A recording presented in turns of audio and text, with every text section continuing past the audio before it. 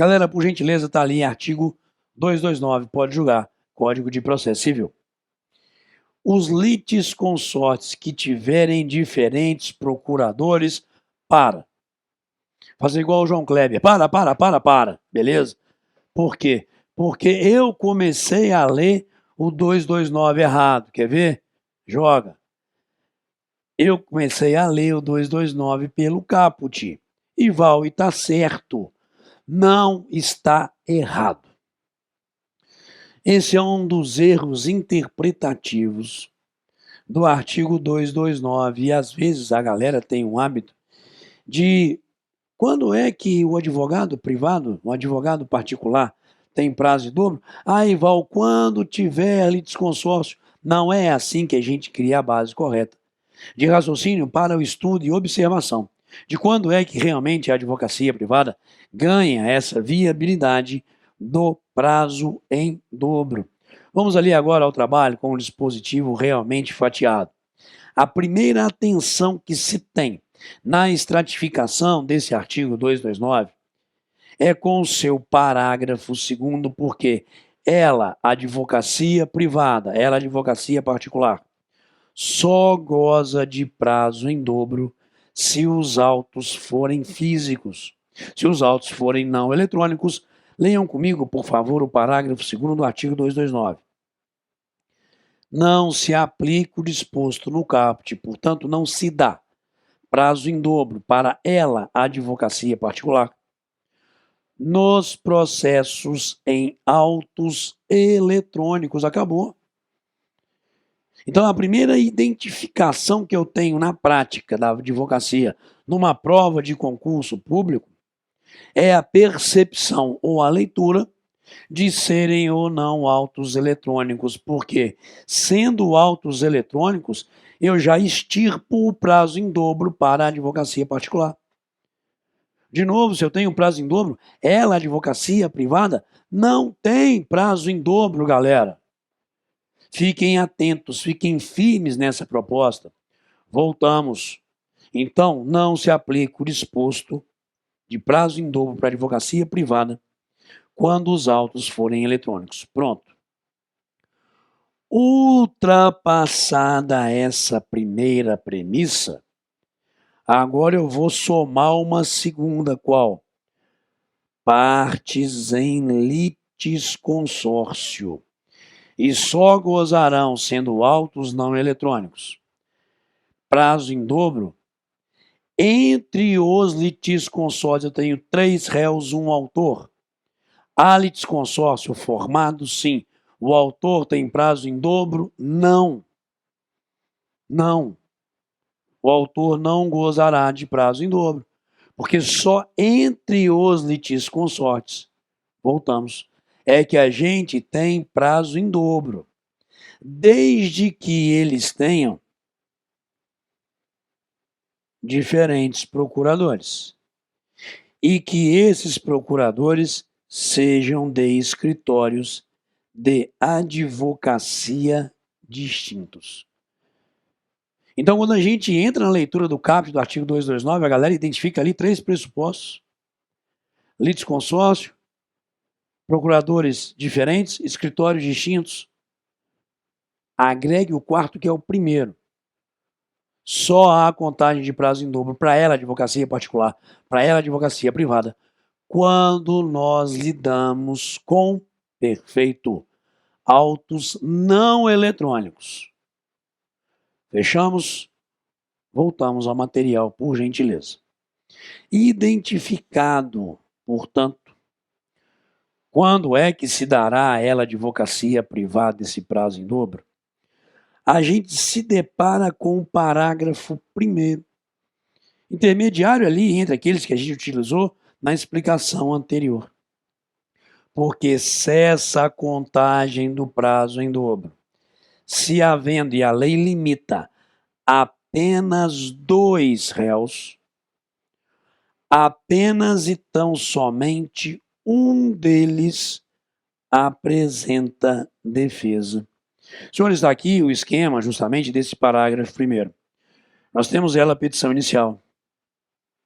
E, consequentemente, temos aqui o ato citatório tanto do réu número 1 quanto do réu número 2.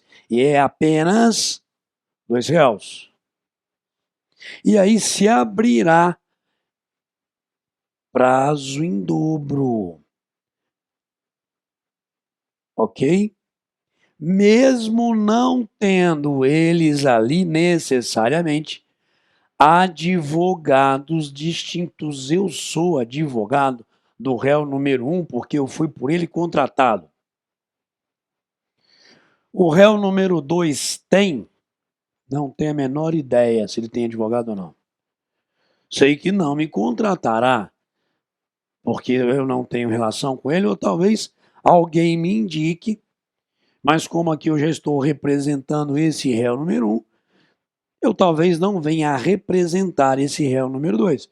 Se eu vier a representá-lo também, farei uma reunião com eles e verificarei se não existe conflito de interesses.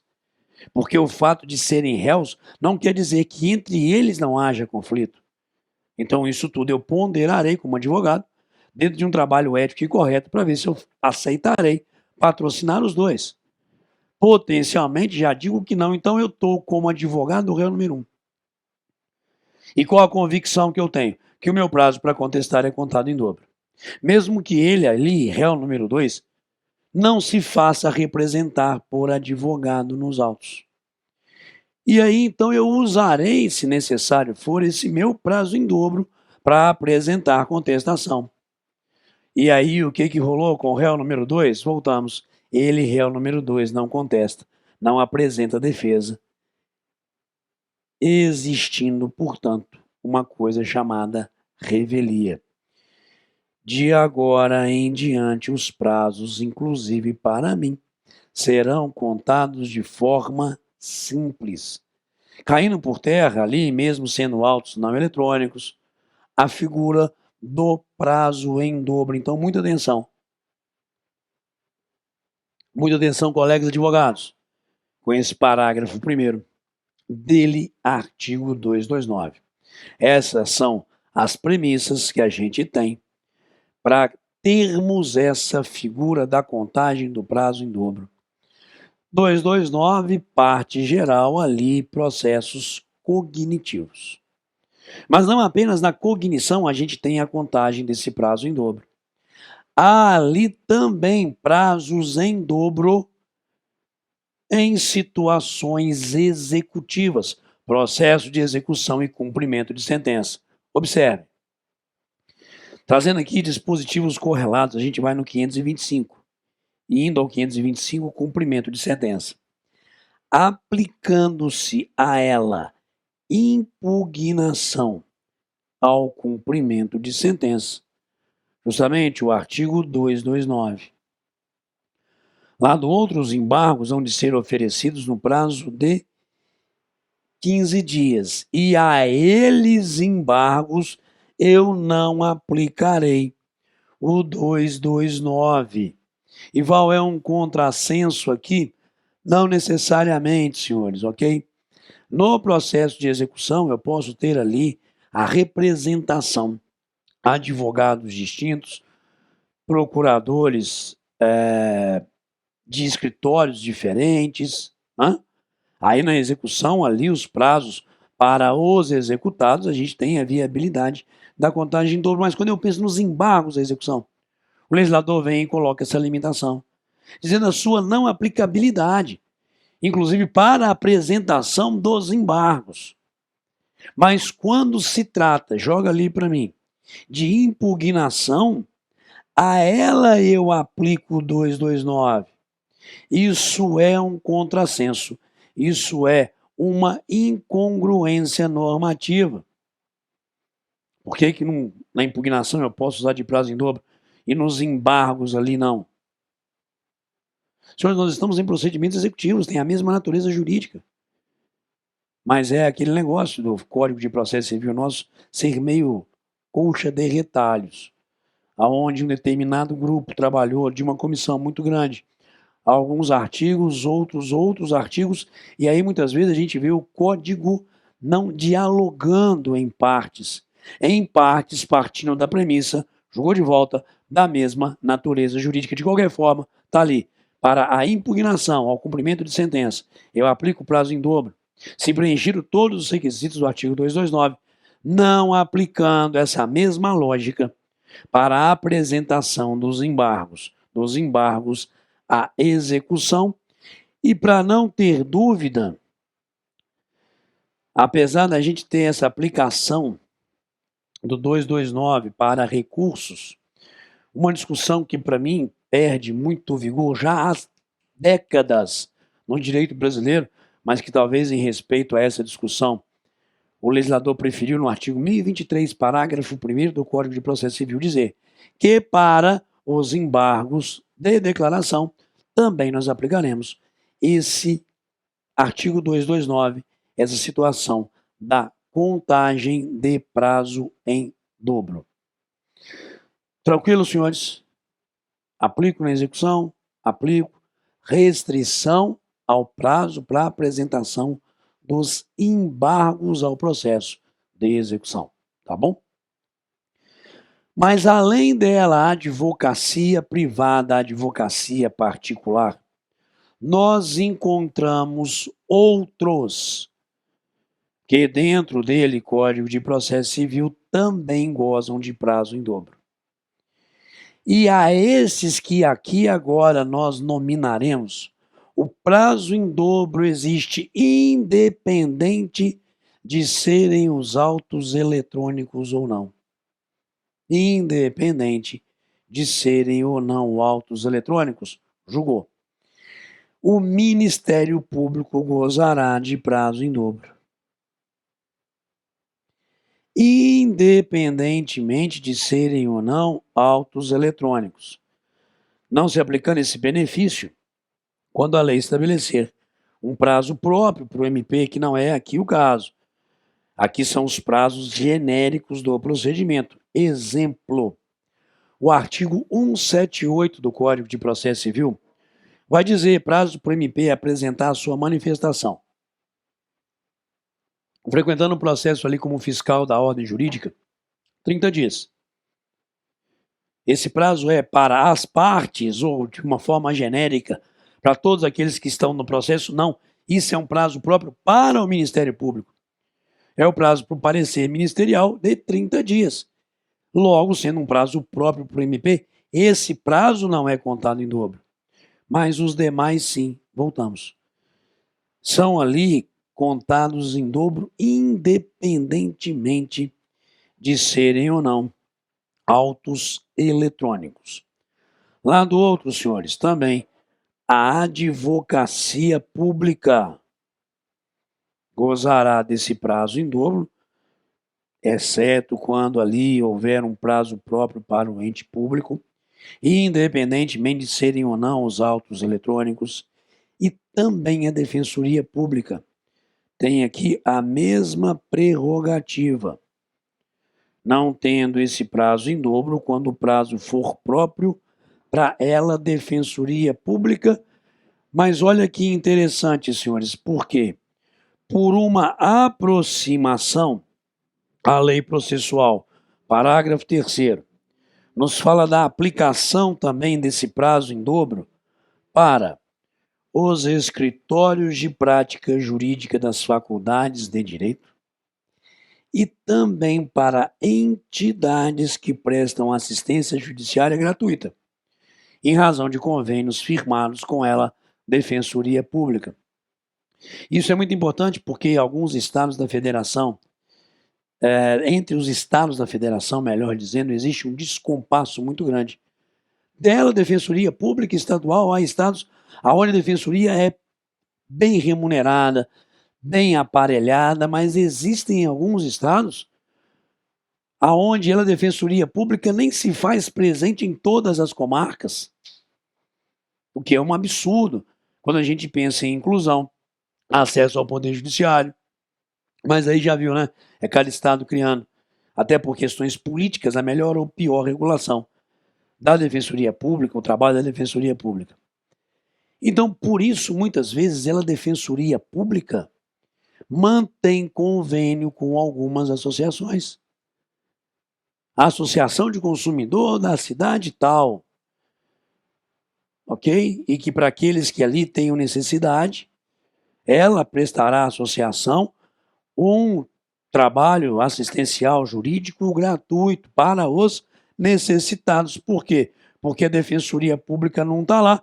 Eu faço um convênio com ela e aí também, nos processos em que essa associação atuar, existe a contagem de prazo em dobro, como também para os escritórios e escolas das faculdades de direito, quando o cidadão é representado por advogados e, claro, por estagiários vinculados aos SAJs, DAJs da vida. Legal, pessoal? Então, a esse jogou de volta para mim, nós encontramos prazo em dobro, MP, Advocacia Pública, Defensoria Pública e esses do parágrafo 3º, por aproximação. Insisto, sejam ou não os autos eletrônicos. Insisto, sejam ou não eles autos eletrônicos. E aí, galera, a gente traz alguns julgados do STJ que são interessantes. Apesar da gente já ter pregado que, muito possivelmente, daqui a um tempo, com os processos eletrônicos sendo 100%, não é isso? A gente terá uma diminuição dos autos não eletrônicos. Então, o 229 tende ao desaparecimento prático. O STJ enfrenta alguns casos do artigo 229, jurisprudência atual, está na mão. Primeiras, só para reforçar, tá? Não aplicação em autos eletrônicos. Não se aplica nos processos em autos eletrônicos, como é o presente caso. Ival, mas por que motivo essa discussão chega no STJ? Muitas vezes porque o cidadão só lê o caput. E aí ele quer brigar contra a lei. Recorrendo, o juiz veio e falou intempestivo o seu recurso, porque você não tem prazo em dobro, porque os autos são eletrônicos. Ele fala, não, eu tenho, porque são litisconsortes, advogados distintos, escritórios de advocacia diferentes. Ele está advogando contra a lei. Então, depois que há, inclusive, a manifestação da intempestividade, a decisão, que citando o parágrafo 2º do artigo 229, seria, inclusive, ali para convencimento da própria parte, seu advogado, o advogado continua recorrendo e o Poder Judiciário não aplica litigância de má-fé. E é por isso que você encontra um monte de jurisprudência no STJ de gente discutindo o 229, discutindo que teria direito à contagem de prazo em dobro, mesmo sendo autos não eletrônicos, recorrendo contrário à norma. E os tribunais nossos que deviam meter litigância de má-fé ficam fazendo nesse prazo ou nesse tempo corpo mole. Mas olha só que interessante, o segundo acórdão separado para esse tema. O recurso passou a ser eletrônico no tribunal, não havendo que se falar em prazo recursal em dobro. Senhores, os autos em primeiro grau tramitaram ali como autos não eletrônicos. A apelação foi para o tribunal, virou autos eletrônicos. Caiu o prazo em dobro para a advocacia. Recurso especial em dobro, esquece, caiu prazo em dobro para a advocacia. Ok?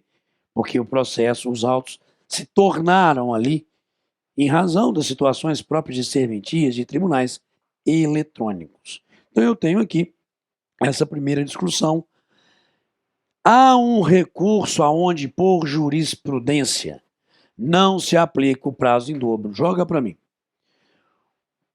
O agravo em recurso especial, também em recurso extraordinário, é que aqui a gente foi só a jurisprudência do STJ. Desculpa, o estagiário esqueceu de trazer a referência do julgado, tá? A jurisprudência do STJ já muito é sólida de que o prazo previsto no artigo 229 não se aplica ao agravo interposto contra a decisão, que nega seguimento a recurso especial, mesmo que haja litisconsortes com procuradores diferentes, ou seja, senhores, o entendimento firmado e a justificativa é Ah, nem todos vão recorrer. Desculpa, não concordo. Mas é ali a justificativa criada, tá bom? Logo, dentro dessa perspectiva, o agravo em recurso especial e recurso extraordinário, que é o recurso próprio, para atacar decisões de inadmissibilidade desses recursos, quando proferidos nos tribunais de origem, não ganham ali, voltamos, prazo em dobro. E apenas um dos litisconsortes foi sucumbente, não se aplicando, portanto, prazo em dobro para recorrer 2 réus. Advogados distintos, escritórios diferentes, autos não eletrônicos, julgo procedente o pedido, me diz a sentença, condenando exclusivamente o réu número 1.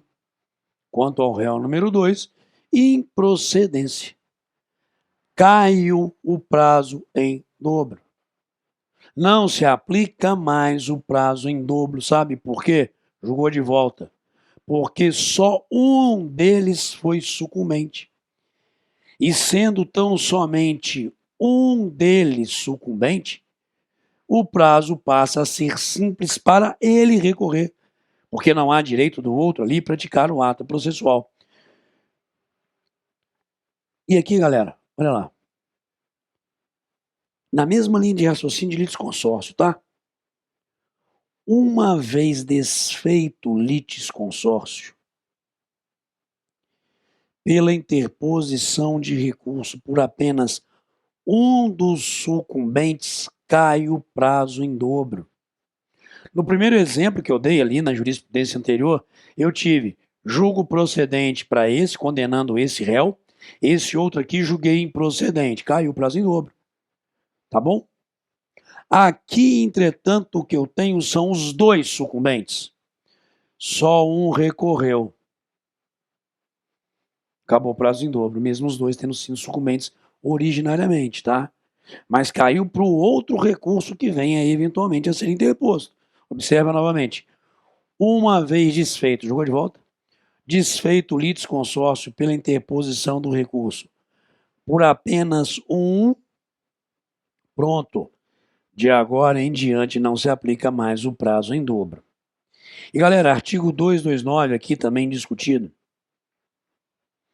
O prazo em dobro existe em relação ao recurso cabível contra a decisão prejudicial aos litisconsortes, mas passa a ser simples para os recursos posteriores. Fechamos?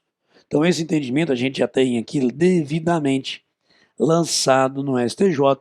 Voltando ao material, tenho ali um outro acórdão, tá?